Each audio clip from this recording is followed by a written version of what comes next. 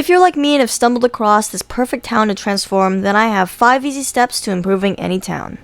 First things first, let's head to the town we're transforming. This town was a vanilla village that lots of different people worked on, and now it's our turn to spruce things up.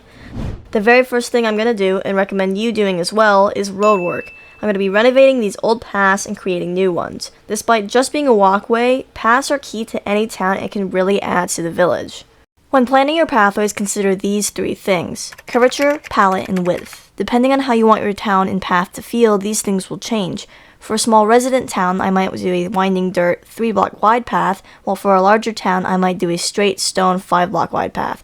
Your palette should match both the style of the town and the nearby biomes. I chose this palette, which is my personal favorite, but feel free to experiment. Once the path is done, I like to put additional decoration on the sides like rocks and leaves. You can also add fences or mark areas off with walls.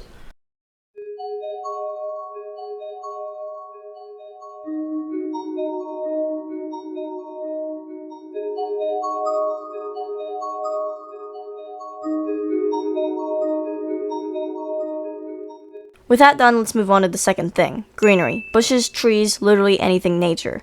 We've already put bushes on the sides of the roads, but if you either don't want to do that or want to do more, you can add terraces or pots for that green. You can also make sure to do bone meal and just get flowers and grass around. Of course, the main greenery I am, however, referring to is trees. When planning to do trees, decide the scale, palette, leaf shape, and trunk type.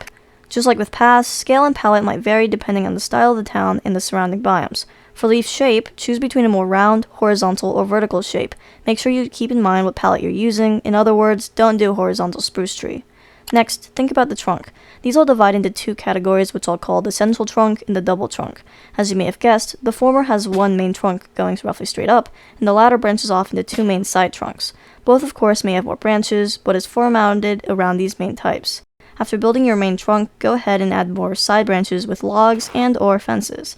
Once you're ready to add leaves, try to get around 60% air and 40% leaves. A super dense tree will not look great.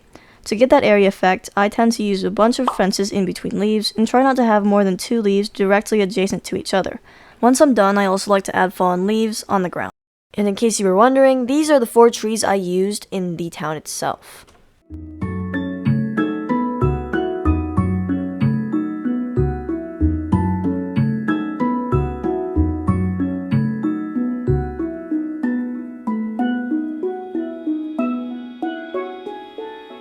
And we've only got 3 more steps to talk about! Guys, I'm slow at editing, please send help. The third step is empty space, or the lack of it. This is ugly, this is ugly, this is ugly. And to fix that, I have some ideas. First, fields. If you're at the edge of your town with a bunch of open space, fields of crops or flowers can be perfect to fill the space. I built this field right at the side of the road, but I did make sure to leave some space between the path and the crops so it doesn't feel too busy. It's important to fill space, but also important to incorporate space too. Next, we've got ponds. They look great in smaller towns or function amazing as parks in a larger city.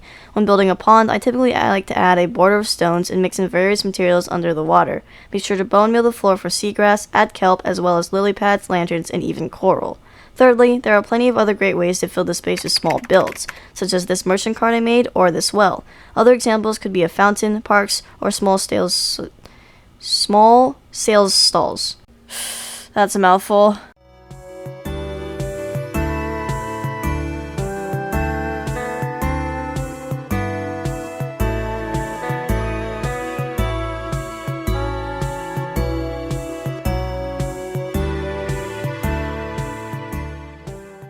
Moving on to number 4, details. Now you could have called a lot of the things we've already done details, but I specifically mean the little details, like lampposts. Here's the design I'm going for, but make sure you find the one perfect for your town with the right style, height, and palette.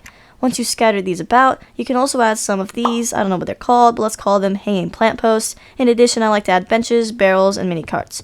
Now that was quick and easy, so we won't do a little replay mob shaders section, but go ahead and stare at this phenomenal lantern. Stare at it. And finally, the last step I have for you is to add more buildings. This town in particular was fairly small and I left some open space to put more buildings, but if you ever have everything built, don't worry about it, you're done, yay! But if you are looking for some ideas, go ahead and look through this list while I build.